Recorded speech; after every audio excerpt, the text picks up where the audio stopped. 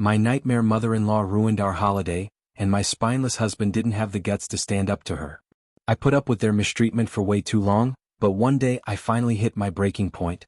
I was ready for the perfect getaway, but instead, I ended up facing my mother-in-law at the airport, all because of my lying husband. 4 months, my husband John and I had been planning our dream vacation abroad. I worked extra hours, skipped dinners with friends, and saved every spare dollar. This trip was supposed to be just for the two of us. But there was one major problem: my mother-in-law, Susan. She never liked me and always seemed to enjoy making me feel small. She'd copy my outfits, criticize everything I did, and make snarky comments at family gatherings. When she found out about the trip, she immediately insisted on coming along. I started by politely declining but soon became firm after she threw tantrums and even threatened to cut John off if he didn't invite her. After weeks of arguing, he finally agreed that this trip would be just for us and that she wouldn't be joining. Fast forward to the airport, I was filled with excitement until I saw her standing there with luggage. It turned out my husband had secretly bought her a ticket. I was too furious to speak. I just turned around and walked out, heading home. John chased after me, yelling that I ruined everything. He called my family, who told me to just let it go. An hour later, when John came back home, all hell broke loose. He yelled at me for being pathetic and spiteful, claiming I sabotaged the trip at the last minute. I tried to defend myself, but he kept shouting. Then, in a moment I'll never forget, he raised his fist at me, clenched it, and held it up before lowering it again. He never hit me, but that gesture made me rethink everything. I told him if he ever did that again, I would leave.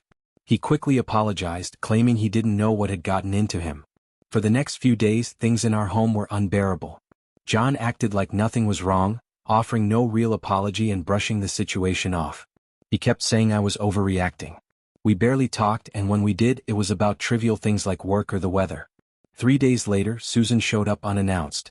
It didn't surprise me. She had a way of inserting herself into everything. I opened the door to find her wearing that same smirk she always had when she was about to stir up trouble. Without asking, she walked right in, declaring she was here to make amends. I braced myself, thinking she might apologize, but instead, she went straight to rearranging things in my living room. She moved my couch, shifted my favorite vase, and even changed the picture frames.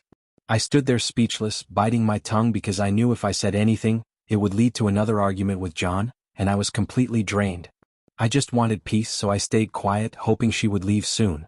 But when John came home and saw her still there, I waited for him to step in to support me or at least acknowledge that she had overstepped. Instead, he simply said she was just trying to help. At that moment, it hit me: John wasn't on my side. Every time I tried to set boundaries with Susan, he let them be crossed. That night, I barely slept, replaying everything in my mind. The next morning, I decided to take a drive to clear my head. I drove aimlessly until I stumbled upon a small cafe I'd never noticed before. Needing a break, I stopped for coffee. As I sat down, my phone buzzed with a message from an old friend I hadn't talked to in ages. She was struggling in her own marriage and wanted to reconnect. Without thinking much about it, I agreed to meet her later that week. When we met, it was eye-opening. She shared her experiences with her husband's family and how she had felt suffocated and overlooked, much like me. But she had already left him, and it had led to her finding happiness again. It was as if I was looking at what my life could become if I stayed. For the first time, I seriously considered that leaving might be an option for me too.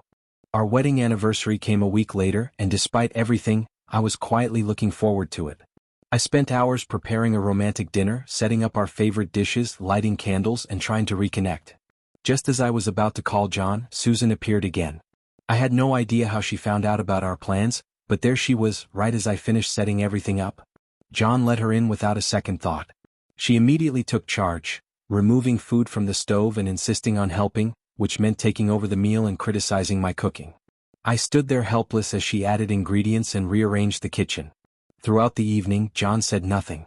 Susan demanded his attention, laughing at inside jokes, talking about family dynamics, and essentially turning our anniversary into a celebration of her bond with John.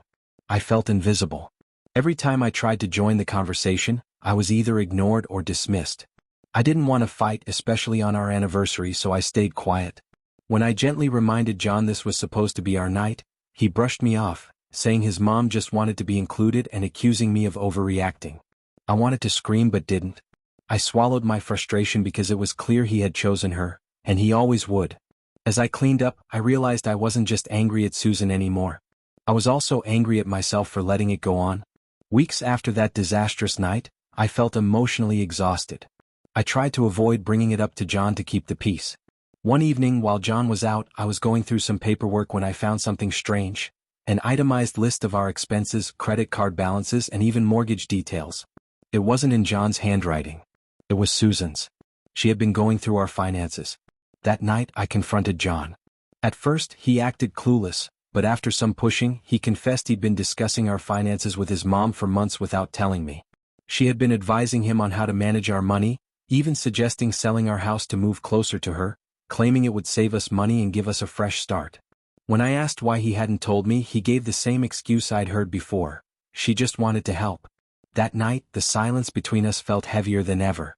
John didn't understand the damage this caused, and worse, he didn't care.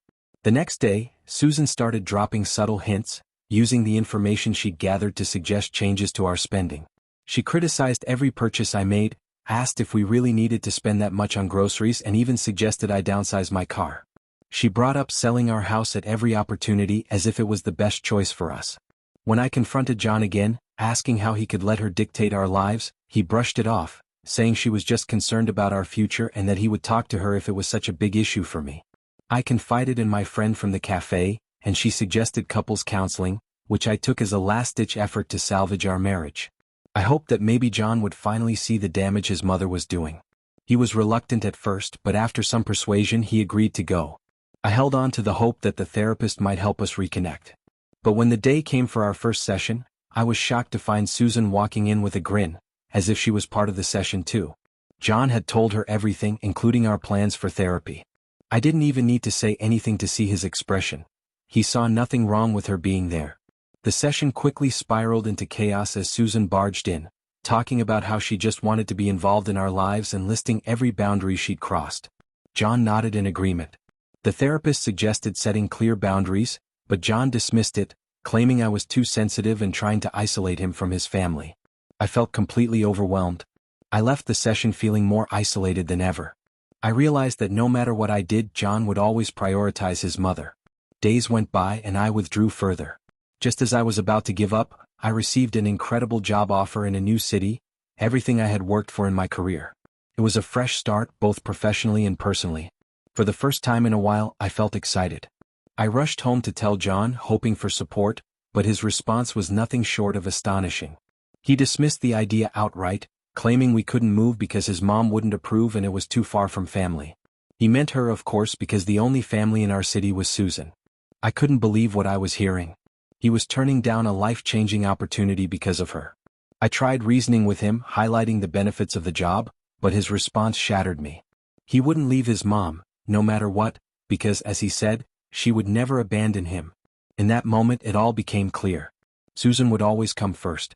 That was my breaking point.